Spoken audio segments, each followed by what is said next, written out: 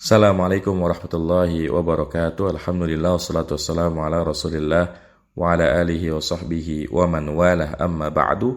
Alhamdulillah pada kesempatan kali ini insyaallah taala kita akan membahas kelompok al-majrurat yang kedua, yaitu al-mudhaf wal mudhafu ilaih. Mudhaf dan mudhaf ilaih. Apa itu mudhaf dan mudhaf ilaih?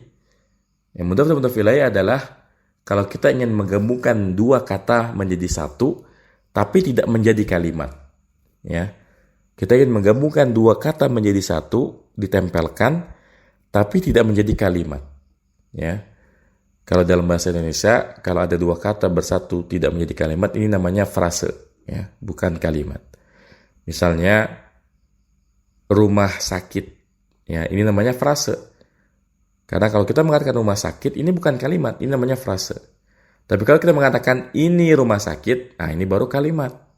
Tapi kalau kalimatnya rumah sakit saja, ini bukan kalimat, tapi frase. Padahal umumnya dengan dua kata kita bisa membuat kalimat. Misalnya ini rumah, ini buku. Ini contoh kalimat. Tapi kalau frase, dua kata bergabung jadi satu, itu hanya berupa frase, tidak memberikan kalimat yang dapat dimengerti maknanya, hanya frase saja. Contoh lain misalnya buku Ali, buku Ali ini bukan kalimat tapi namanya frase. Kemudian misalnya buku Nahu, ini kan dua kata. Buku Nahu ini bukan kalimat tapi namanya frase. Nah, frase dalam bahasa Arab disebut sebagai mudhaf dan mudhaf ilaih. Mudhaf dan mudhaf ilaih. Contohnya misalnya kitabu Zaidin. Kalimat kitabu Zaidin ini kan menggabungkan dua kata. Kata kitabun dan kata Zaidun. Ketika digabungkan menjadi kitabu Zaidin.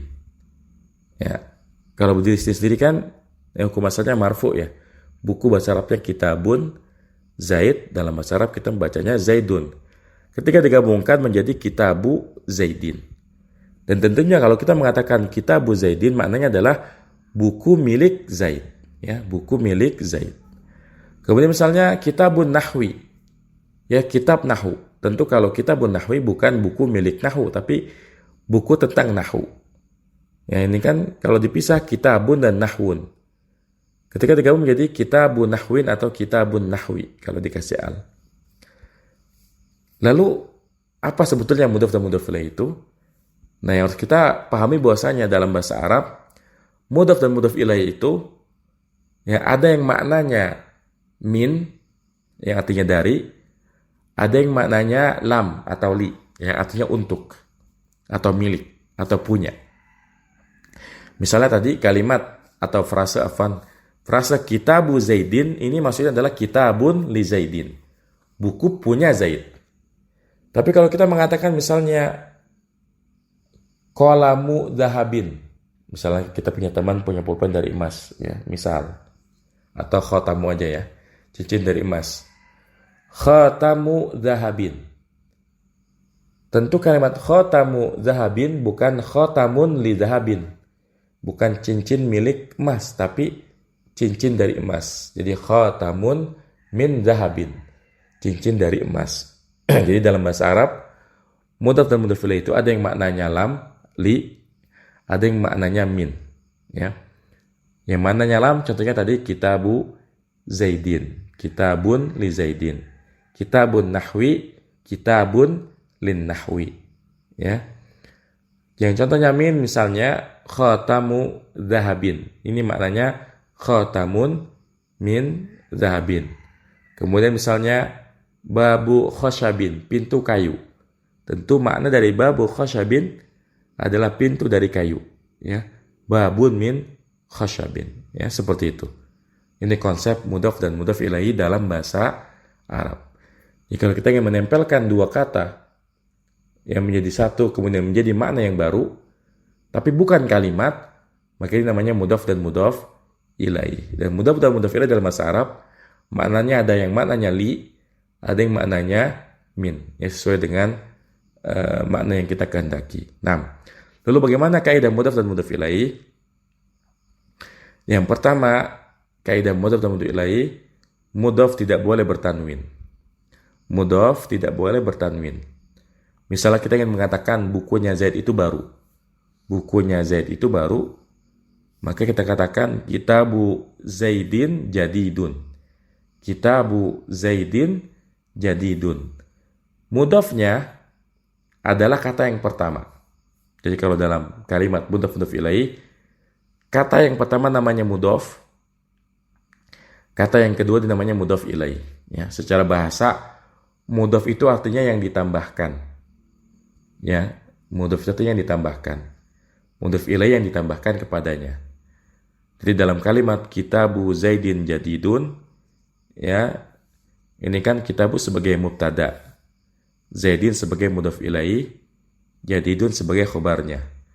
Nah, kitabu ini mudhafnya dari Zaidin. Jadi Zaidin adalah mudhaf ilaih. Mana mudhafnya? Mudhafnya adalah kitab. Nah, kalau kita bicara mudhaf ini tidak boleh bertanwin. Jadi tidak boleh kita katakan kitabun Zaidin jadidun, salah. Yang benar kitabu Zaidin jadidun. Ya. Kemudian yang kedua, mudhaf tidak boleh ada alnya. Jadi tidak boleh kita katakan al-kitabu Zaidin jadidun, salah. Jadi selain tidak boleh bertanwin, mudhaf juga tidak boleh al. Yang benar kitabu Zaidin jadidun. Kalau kita mengatakan kitabun Zaidin jadidun atau al-kitabu Zaidin jadidun, salah. Karena mudhaf tidak boleh tanwin, tidak boleh ada alnya. Kemudian mudhaf ilaih harus dalam keadaan majrur, ya. Mudhaf ilaih harus dalam keadaan majrur. Artinya, ya, kita harus mengurut nih mufrad ketika jar tandanya kasroh. Musanna, ya, jamak mudzakkar salim, ya, jamak muannas salim kasroh, jamak taksir kasroh, isim ghair munsharif fathah, isim yang 5 ya. Ya, maka ini harus kita terapkan ke kaidah tersebut, ya. Misalnya kitabu Zaidin ya jadidun. Bukan kitabu Zaidan atau kitabu Zaidun, ya, karena mudhaf ilaih wajib majrur, ya. Nah, kemudian yang keempat, mudhaf boleh rafa, boleh nasab, boleh jar sesuai kebutuhan. Artinya kan kalau kita bahas mudhaf ilaih ada dua unsur, ya, ada istilah mudhaf, ada istilah mudhaf ilaih. Kalau mudhaf ilaih sudah pasti wajib majrur. Bagaimana dengan mudhafnya? Nah, mudhaf ini bebas. Mudhaf ini bisa bisa majrur, bisa mansub, bisa marfu, ya. Contohnya misalnya ana talibul ilmi. Saya adalah seorang penuntut ilmu. Ini kan mudhaf ilaih. Ya, talibu mudhaf, al-ilmi mudhaf ilaih. Dalam kalimat ana talibul ilmi, kenapa talibu tidak talib atau talibi?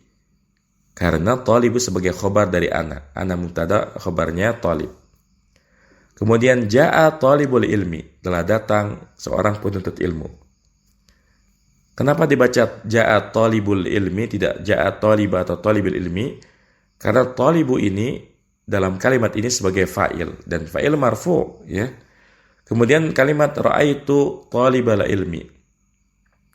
Ra'aitu talibal ilmi, kenapa di sini kok malah fathah? Karena dalam kalimat ra'aitu talibal ilmi, talibah sebagai maf'ul bih, sehingga dia mansub. Kemudian kalimat marartu bi talibil ilmi, saya berpapasan dengan seorang penuntut ilmu. Kenapa bi talibi?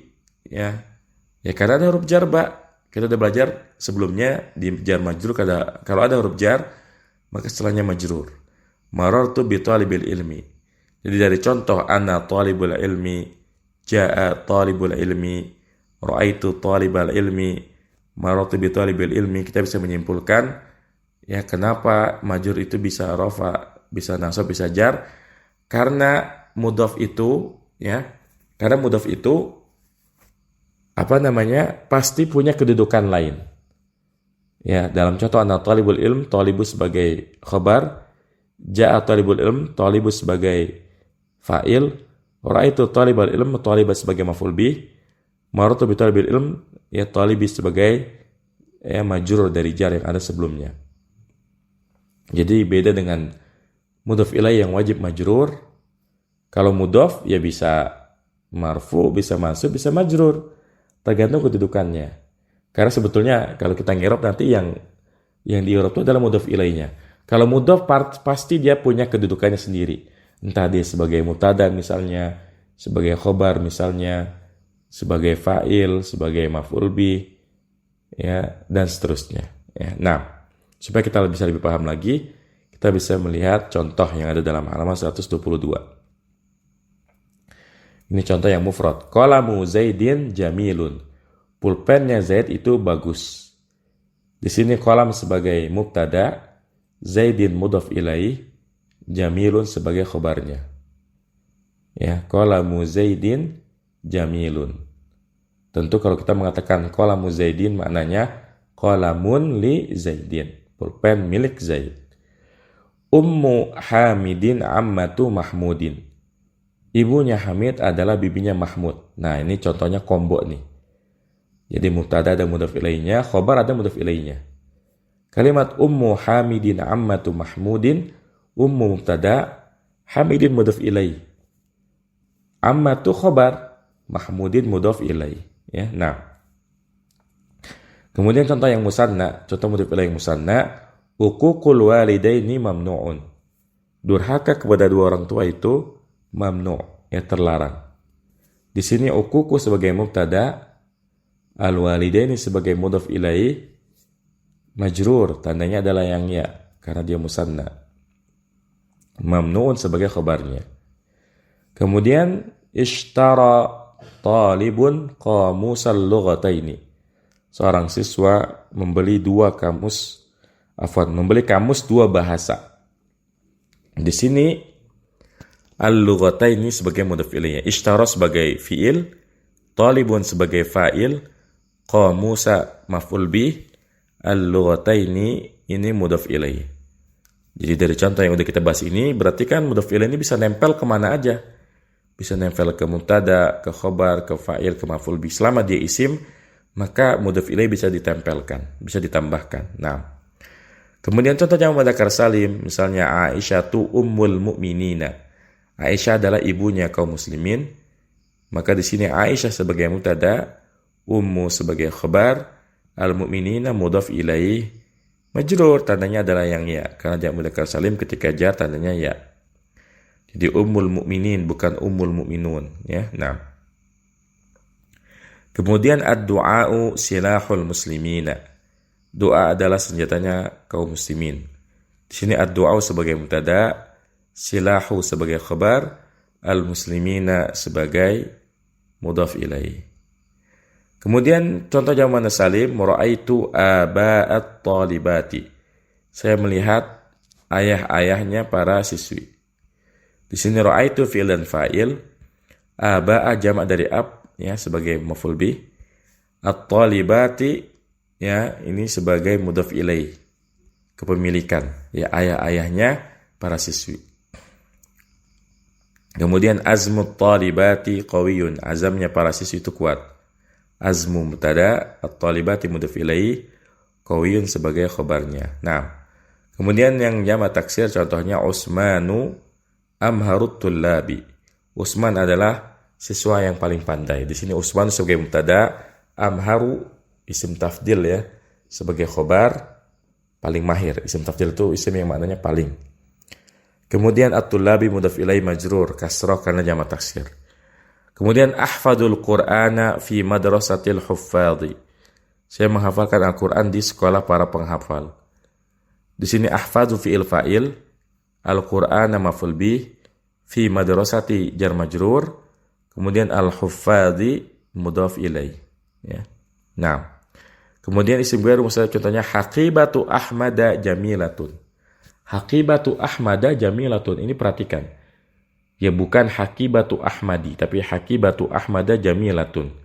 Haqibatu mubtada, ahmada mudhaf ilaih, jamilatun khabarnya. Kemudian akhu Aisyata Abu Usmana.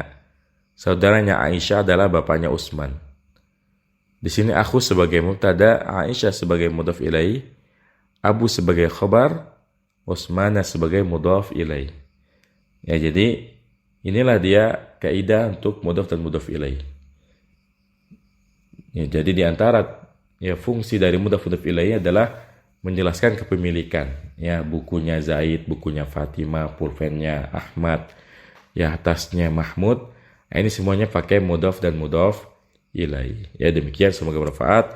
Wassalamualaikum warahmatullahi wabarakatuh. Subhanakallahumma bihamdika asyhadu an la ilaha illa anta astaghfiruka wa atubu ilaik. Wassalamualaikum warahmatullahi wabarakatuh.